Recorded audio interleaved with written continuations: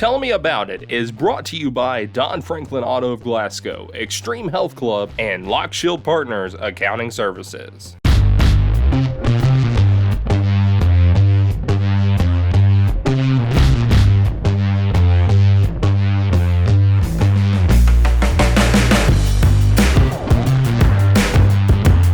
Trevent Hayes, KY Sports TV here with James Brown, 104 The Score. We are at the Glasgow Electric Plant Board, Channel 6, the local channel. What's the name of the show? Tell me about it. There you go, tell me about it. You act, I'm the co-host, and you act like I forget what the name of the show is. Or is it because I never mentioned it? You didn't mention it. Okay, all right. I just tried to... You keep me on my toes. Well, something like that. Okay. I'm in solidarity with you today. You showed up with your shirt my buttoned all the way up. I was like, all right, let's roll with that. All right, so we're going to talk a little football. Let's talk football. And we'll start off with your team. You guys took the 3-hour bus drive to the far western... 4 hours. Is it 4 on the bus? 3 hours and 56 minutes. Did go. So, and then did you get to eat any food from the Mississippi River while you were over there next to Missouri? We did not. We actually ate a little food from Italy.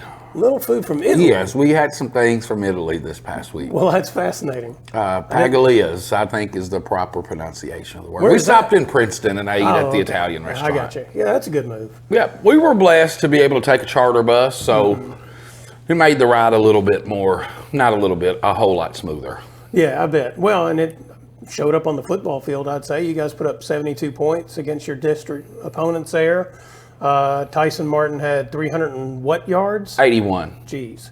And then, Kenyon had a big game. Jalen had a big game. LD came back from what we thought looked like he was going to be done for a while. He comes back and plays. Des Rowland had a big game. Des Rowland had a big game. He's been playing the last, 3 weeks or so? Yes.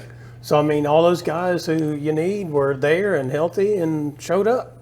We had jet lag the first 7 or 8 minutes of the game. And then the pilots went sideways and you guys jumped on their ship and took it over? It did. It was,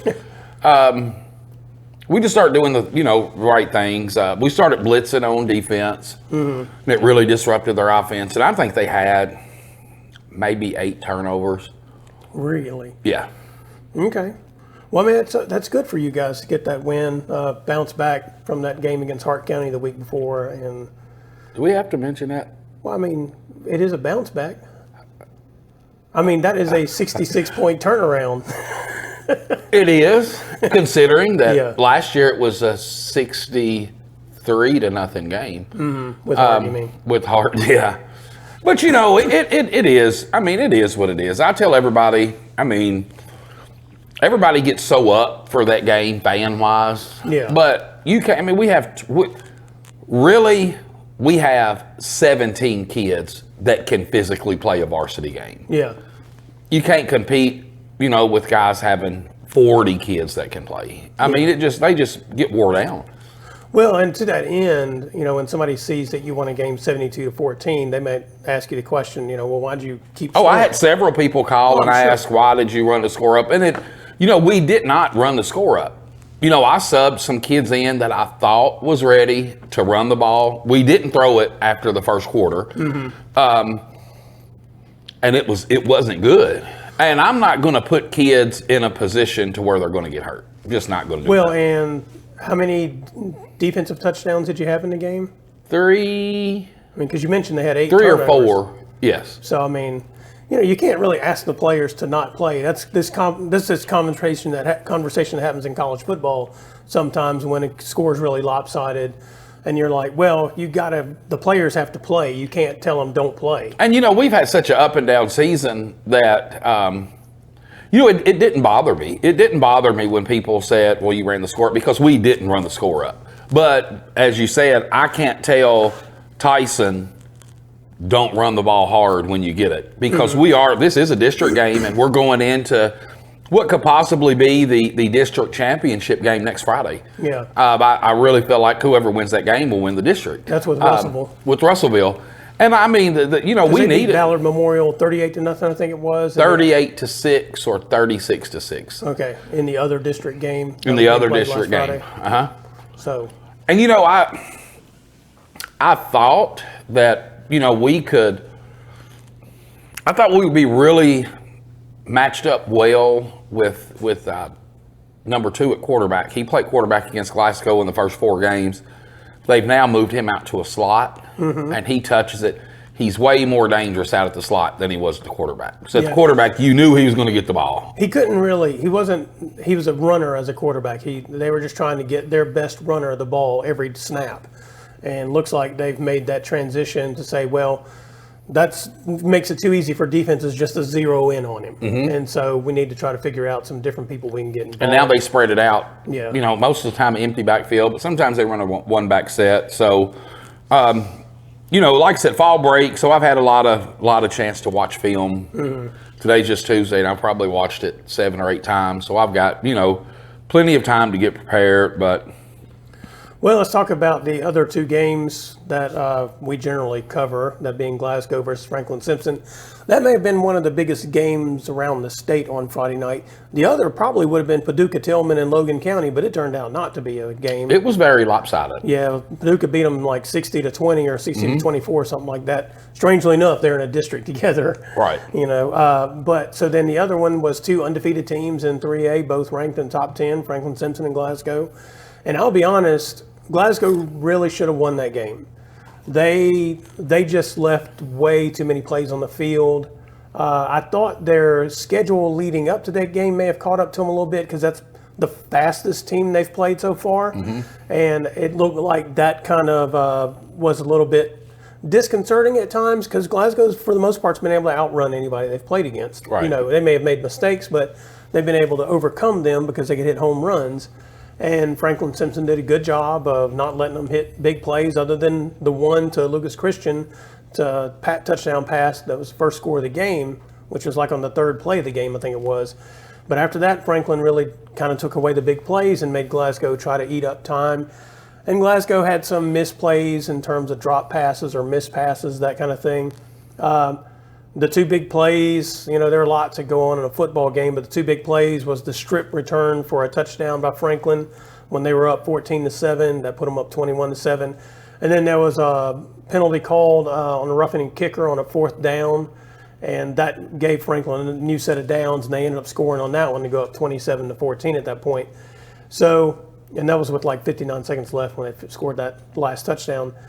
So I'm sure it's kind of like one of those, probably from a coach's perspective, when you come back and you're practicing again and you show the players the film, it's easy to get their attention now because, I mean, those guys believe they're good, and they are, but they've got to clean up those mistakes. You can't win games against good teams, you know, leaving plays on the field. Right. And Franklin had a couple of plays that they probably look at film and say, you know, we made mistakes too, but for the most part, they did the things I think they wanted to try to do to win the game. I watched the Russellville Franklin Simpson game, and Franklin Simpson really runs the lean tee really good. They really do. They do.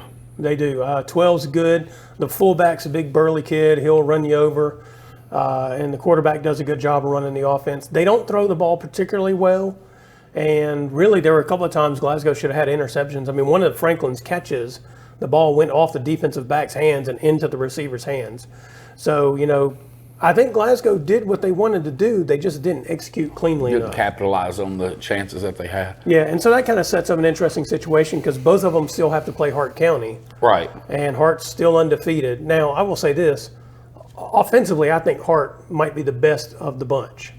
Defensively, I'm not so sure that they are. I think Franklin and Glasgow are probably better defensively than Hart from what I've seen.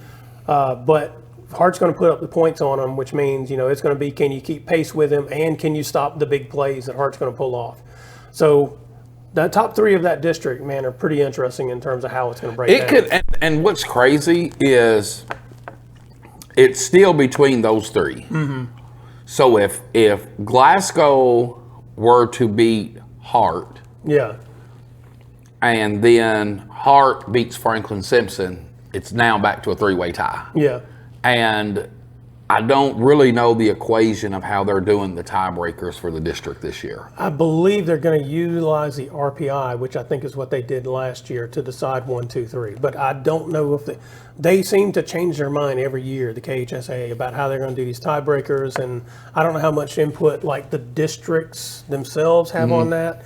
Used to, the districts would kind of decide how they were going to do the tiebreaker, but I think they have a universal one. And I think they used the RPI last year to break the ties, if I'm not mistaken. So, right now, I don't even know how that all works out. But Hart probably has played the toughest schedule because of the Greene County. Even they don't get the bump because Greene County is a 2A, they only have one loss, and that loss is to Hart, and they're probably going to only have one loss. And Spencer County was good. Yeah. E-Town is not what E-Town usually is, but E-Town's E-Town. Yeah. So they've played a little tougher schedule, I'd say, than everybody else. Yeah, I'd say their schedule is the number one. Franklin's probably played the second toughest schedule, and then Glasgow's is third. Just because some of their traditional rivals aren't as good this year as they usually are. Allen's down. Russellville's obviously down, so those guys are not as good as they have been historically. So that kind of hurts Glasgow's schedule a little bit. Yeah. And then Barron County, I think I said on here last week, I thought Barron County, don't be surprised if Barron County plays better against North Hardin than they did Greene County. And that's just because of the matchups. Barron's secondary is good. North Hardin will throw that ball 50 times a game. And because they have the number one receiver in the state.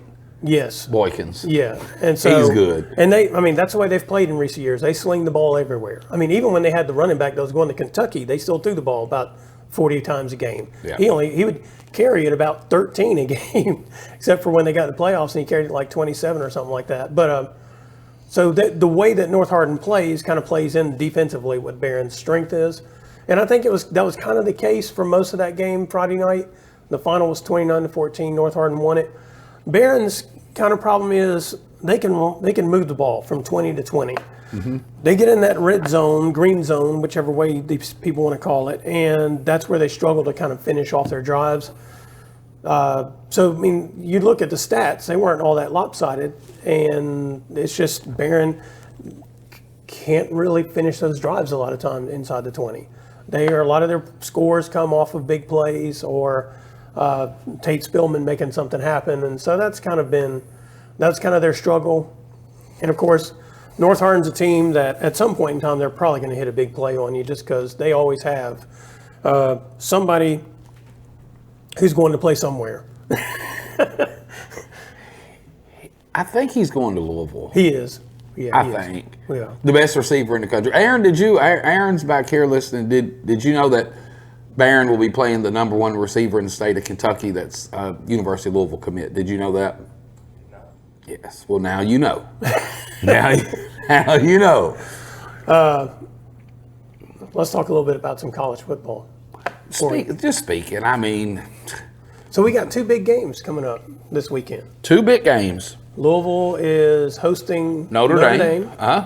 And Kentucky's going to play at Georgia. Louisville and Kentucky are undefeated this deep in the season for the first time. And I don't know how long it's been. It's never happened. Never happened. Never happened. Louisville and Kentucky both have never been 5-0 together. Right. Never. So it's a big weekend, and against Kentucky's at the number one team in the country, two-time defending national champions. I think Notre Dame is ranked. Are they 10, 9, somewhere in that? I think they're 9. Okay. And so, this week for the first time this season, both Kentucky and Louisville are in the top 25. Are in the top 25. Before we got on doing this, I mentioned that I wouldn't be surprised if Louisville and Kentucky both win. And I also wouldn't be surprised if they both lose by 20, because I think it's right for the picking. Notre Dame beat Duke, but I actually wasn't that impressed by the win. Their offense was not great in that game.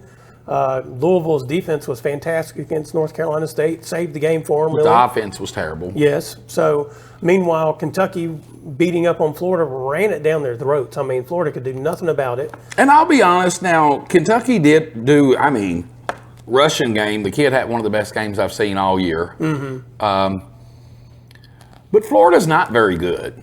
No, I think they were a paper tiger whenever it came. I don't think they should have been in the top 25. I don't think they should have ever been in the top 25. I'm not discounting Kentucky, but Georgia. We talk about this all the time with even high school teams. You've got a team that's good, and they all they do is they just win. Mm-hmm. But when is Georgia going to start being the number one team in the country? Yeah, because the win over Auburn was not impressive. No. I mean, it was 27-20, I think was the final.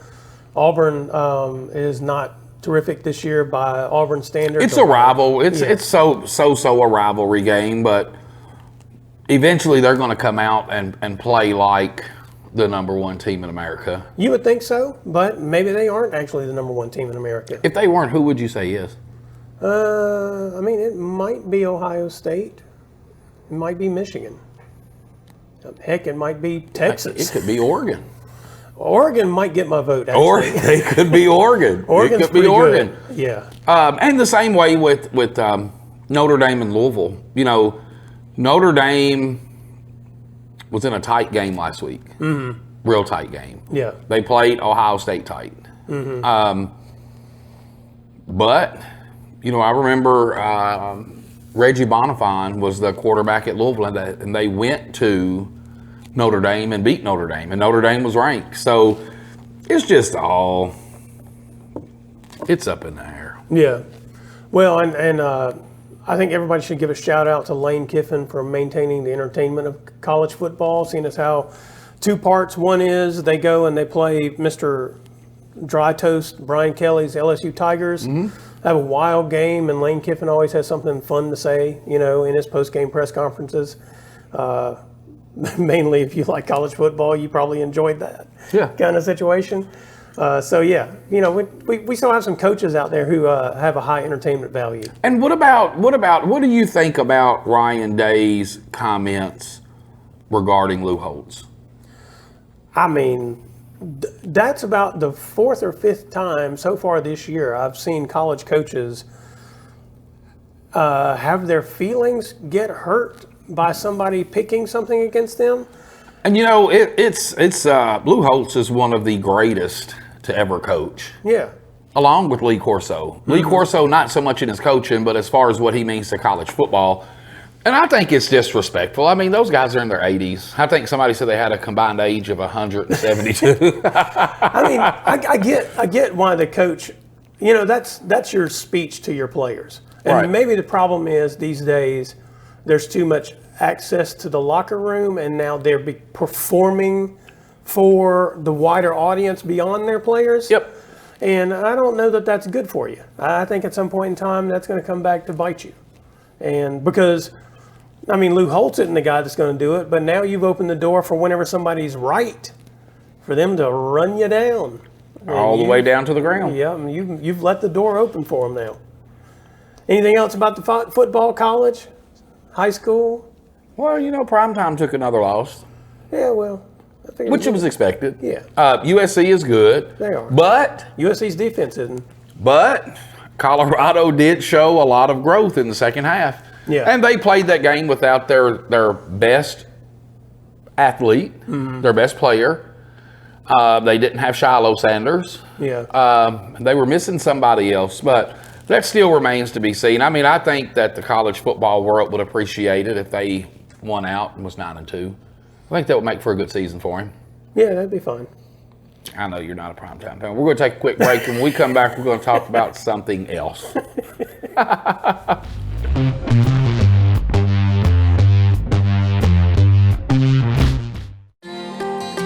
At Don Franklin, we're more than a group of car dealerships. We're hardworking, everyday people of Kentucky.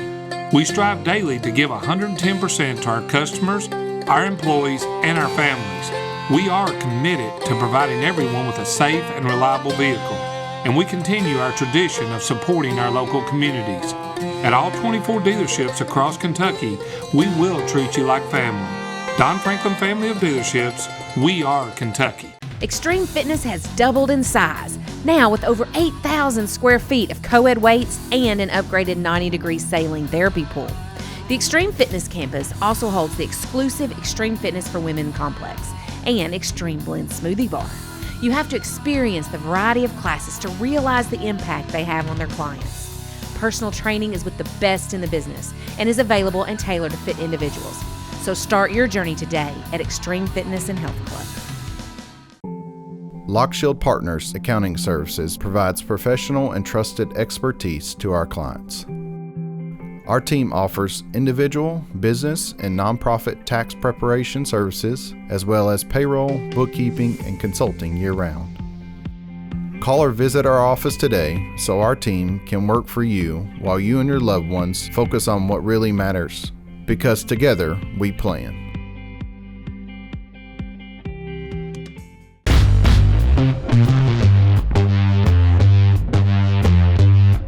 Top Button Gang is back. Yes. We got it buttoned up. We buttoned up. What are we going? You want to talk about soccer? Yeah, I was going to tell you a pretty interesting story out of the girls' 15th district soccer tournament. Okay. So Barron County, the tournament was played Saturday and Sunday over Barron County's new field. The 4 schools. That's turf. Yeah, it's turf, and it was kind of hot out there. It's actually. pretty. Yeah, it looks nice. So the Barron's girls beat Allen on Saturday in the first round. They advanced. Warren East beat Glasgow in the first round, so they're playing each other. I think Warren East had beaten Barron County both times they played them. I think they beat them 4-0 and 5-0. And so Barron County's starting goalie wasn't there. You know, some people, for whatever reason, some people decided that it was more important, I guess, to go on fall break, even though they knew this tournament was going to be played on the weekend at the start of fall break. I don't know if that was the case with her or not. So she wasn't there, so the backup goalie was there. Her name's Emily Adams, the backup, and then she got kicked in the face during the game, so she had to come out. How do you get kicked in the face in soccer? I mean, was she like going down the block? She's the goalie. You got a good chance of getting your head smashed as a goalie. With the foot? Foot, body. I know whatever. the ball. No, I mean, because if you're going to be a good goalie, you've got to be a psychopath. Okay. That means when that ball is on the ground coming at you and somebody's right behind it, you've got to be willing to go take it off their foot. Don't give them the shot. You don't wait for the shot and then try to save it. So it's like a hockey goalie. Yeah, you better be nasty enough to go get that joker. So that's why good goalies will often be kicked in the head and run into and all that jazz, because you really got to sacrifice your body in that. You have to make a business decision in that moment, and you don't get to think about it a whole lot. You've got to make it right then. So I'm guessing she went for it and got kicked in the face going for the ball. So Lizzie Smith, who plays defensive back, never played goalie. And plus, they only have a certain number of goalie jerseys that you have. So she had to put on one of those little pennies that you wear for when you do your warm-ups and whatnot. Mm-hmm. So she had to wear one of those to play goalie. And so she got put back there at goalie. Now, the thing about Lizzie is she does play softball as well. So she's got that good hand-eye coordination, and she's not worried about things coming at her at 1,000 miles. She's pretty good in softball, isn't she? Yeah, she's pretty good at softball.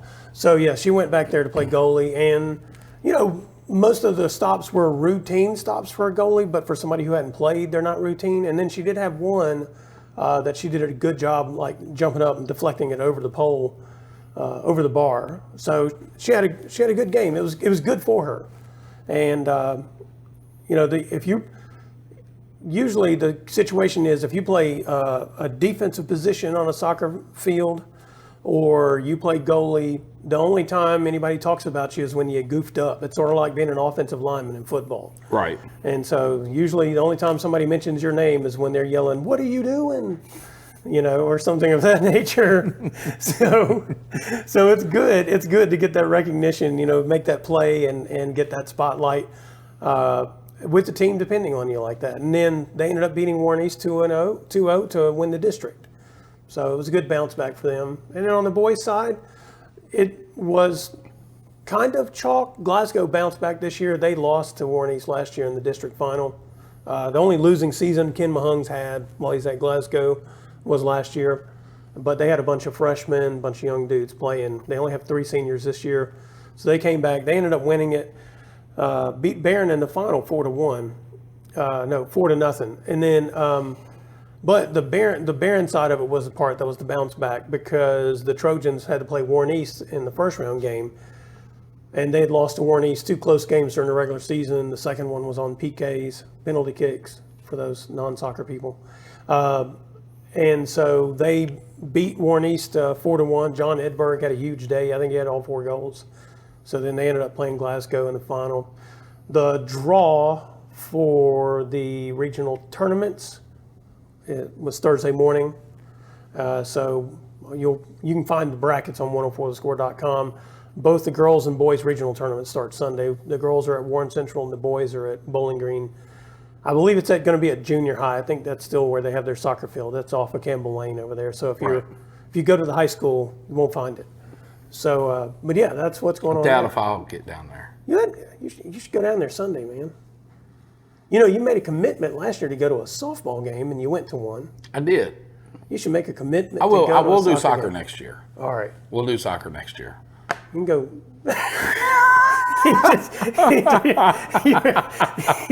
You're like, I probably just told a lie. Yes. No, I'll go. I'll go. I watched Dia Bradley play soccer last year. Yeah, at Hart. We were at finishing practice. Yeah. I've watched some soccer. I'm just not a fan.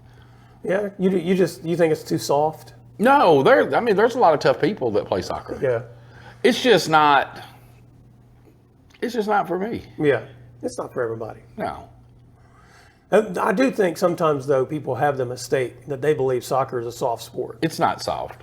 No, I mean, it's a physical sport, and it's one of only 3 sports that, like, middle schoolers can't compete in at the high school level. Because of the physicality? Yeah. Mm-hmm. You know, football being the other, and football and wrestling, I think, are the other 2. Mm-hmm.